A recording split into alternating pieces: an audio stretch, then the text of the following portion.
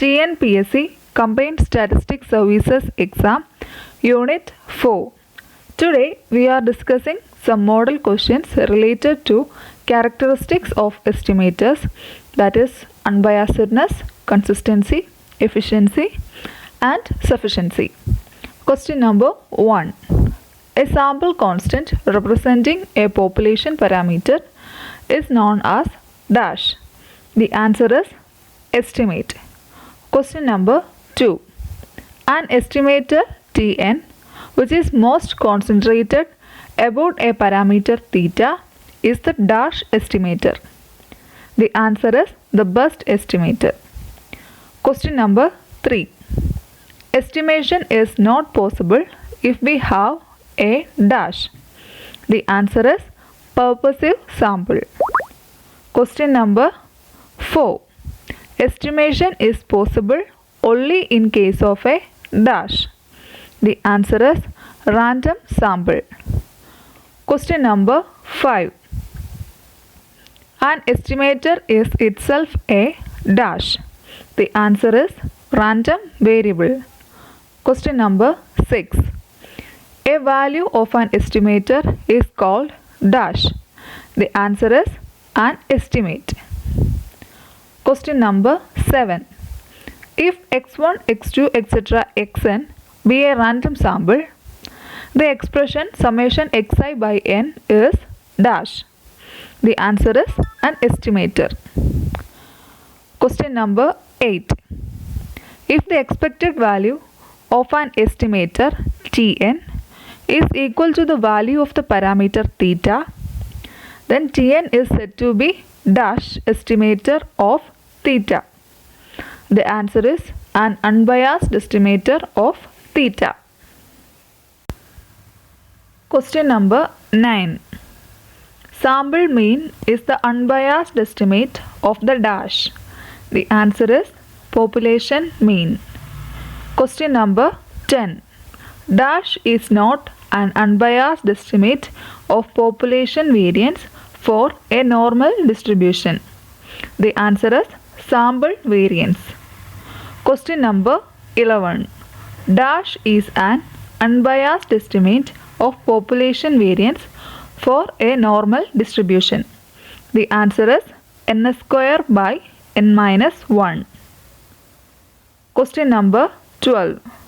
Dash is the process of using sample statistics to estimate the population parameters. The answer is inferential statistics.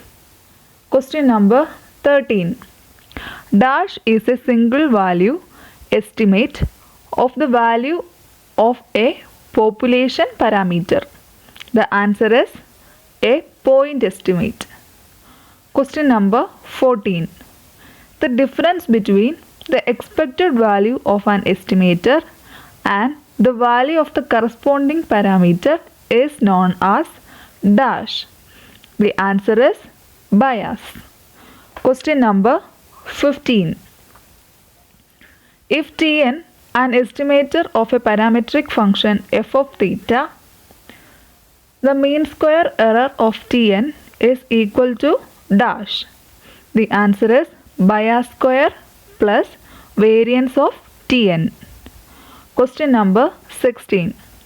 For the mean square error to be minimum, bias should be dash. The answer is 0. Question number 17. If Tn is a consistent estimate of theta, then expectation of Tn and variance of Tn is dash. The answer is expectation of Tn is equal to theta, or expectation of Tn tends to theta, and variance of Tn tends to 0 as n tends to infinity. Question number 18.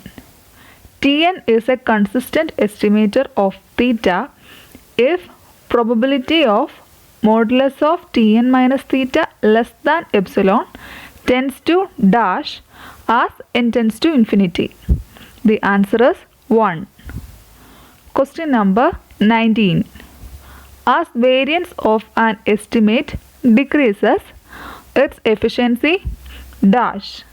The answer is increases. Question number 20. T1 is said to be more efficient than T2 if variance of T1 dash than variance of T2. The answer is less than. Question number 21. In Neymann's condition for sufficiency, T is a sufficient estimate of theta if and only if L of x1, x2, etc. xn, comma theta is equal to dash.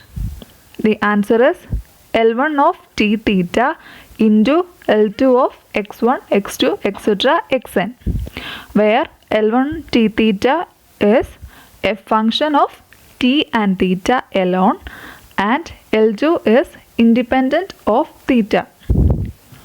Question number 22. If T is an unbiased estimator for theta, then T square is a dash estimator for theta square. The answer is biased. Question number 23. x1, x2, etc. xn is a random sample from a normal population n mu 1, then 1 by n summation I is equal to 1 to n xi square is an unbiased estimator of dash. The answer is mu square plus 1. Next, we are going to discuss two different ways to find the sufficient estimator for a parameter theta. We have already mentioned the Neymann's condition for sufficiency. It is called the factorization theorem by Neyman. The second way to find the sufficient estimator for a parameter theta is Fisher-Neyman criterion. Factorization theorem by Neyman. Let x1, x2, etc. xn be a sample from a population with PDF f of x theta. The joint PDF of the sample, which is usually called the likelihood of the sample, is L of x1, x2, etc. xn theta is equal to f of x1 theta into f of x2 theta into etc. f of xn theta. T is a sufficient estimate of theta if and only if it is possible to write L of x1, x2, etc. xn theta is equal to L1 of T theta into L2 of x1, x2, etc. xn, where L1 T theta is a function of T and theta alone and L2 is independent of theta. Fisher-Neyman criterion. Let x1, x2, etc. xn be a sample from a population with PDF f of x theta, and the joint PDF of the sample or the likelihood of the sample is L of x1, x2, etc. xn theta is equal to f of x1 theta into f of x2 theta into etc. f of xn theta. T is a sufficient estimate of theta if and only if it is possible to write L of x1, x2, etc. xn theta is equal to L1 of T theta into L2 of x1, x2, etc. xn, where L1 T theta is the PDF of the statistic T and L2 is independent of theta. The difference between factorization theorem by Neyman and Fisher-Neyman criterion is the difference we can see in L1 T theta. In factorization theorem by Neyman, L1 T theta is a function of T and theta alone. But in Fisher-Neyman criterion, L1 T theta should be the PDF of the statistic T.